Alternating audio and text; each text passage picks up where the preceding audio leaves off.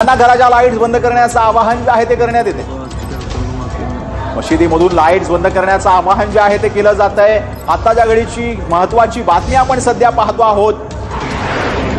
1971च्या युद्धानंतर कराची पोर्टवरती भारताचा सर्वात मोठा हल्ला पाहायला मिळतोय। त्यावेळच्या ऑपरेशन मेघदूत नंतर यावेळेला ऑपरेशन सिंदूर अंतर्गत जे आहे ती कराचीच्या पोर्टवर हल्ला करण्यात आला। भारताने पाकच्या कराचीमध्ये मोठे हल्ले केलेले आहेत। भारतीय सैन्याच्या हल्ल्यामध्ये कराची पोर्टचं मोठं नुकसान झालेलं आहे। पाकिस्तानचं आर्थिक केंद्र म्हणून ओळखलं जाणाऱ्या या कराची बंदराला भारताने पुन्हा एकदा लक्ष्य केलंय। 1971च्या मेघदूत ऑपरेशन नंतर आता ऑपरेशन सिंदूर अंतर्गत भारतानं हे लक्ष्य केलेलं आहे। दहशतवादावरून अमेरिकेने पाकिस्तानचे कान टोचलेत। काश्मीरमध्ये जे झालं ती दुर्दैवी घटना होती असं अमेरिकेने म्हटलेलं आहे। दहशतवादावरून आता अमेरिकेने पाकिस्तानचे कान टोचल्याचं पाहायला मिळतं। कराची पोर्टवरती भारताने ड्रोनद्वारे मोठे हल्ले केलेले आहेत। भारतीय नेव्हीच्या हल्ल्यानंतर कराची पोर्टचं मोठं नुकसान झालंय। आताच्या घडीची सगळ्यात महत्त्वाची बातमी आपण पाहतो आहोत। कराची पोर्टवरती एका मागोमाग एक अनेक हल्ले जे आहेत ते करण्यात आलेले आहेत। भारतीय हल्ल्यामध्ये आतापर्यंत पाकची 5 विमानं खाक झालेत। 2 F-16 विमानं आणि 2 J-11 फायटर प्लेन नष्ट करण्यात आलेले आहेत। पाकचं चायनामेड J-11 विमानाचा भारतानं सुरळा केलेला आहे। भारतीय हल्ल्यामध्ये आतापर्यंत पाकची 5 विमानं खाक करण्यात भारताला यश आलंय।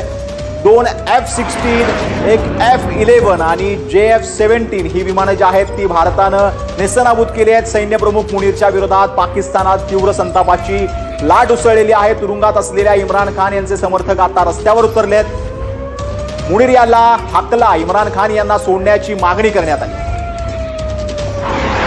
तर भारतानं चोख प्रत्युत्तर दिलेलं आहे। कोणत्या कोणत्या शहरांमध्ये पाकिस्तानच्या भारतानं हल्ला चढवलाय ते आपण ग्राफिक्सच्या माध्यमातून समजून घेतोय।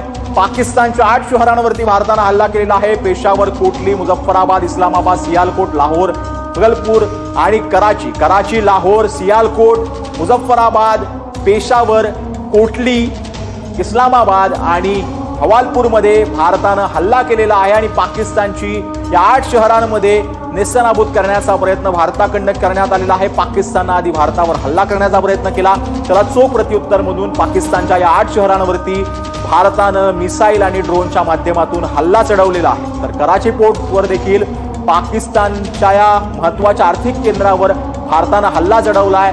या कराची पोर्टवरती नेव्हीनं जे आहे ते मिसाईल लागलेले आहेत। तर संध्याकाळी पाककडून भारतावरती हल्ल्याचा प्रयत्न कुठे कुठे करण्यात आलेला होता ते आपण पाहतो आहोत।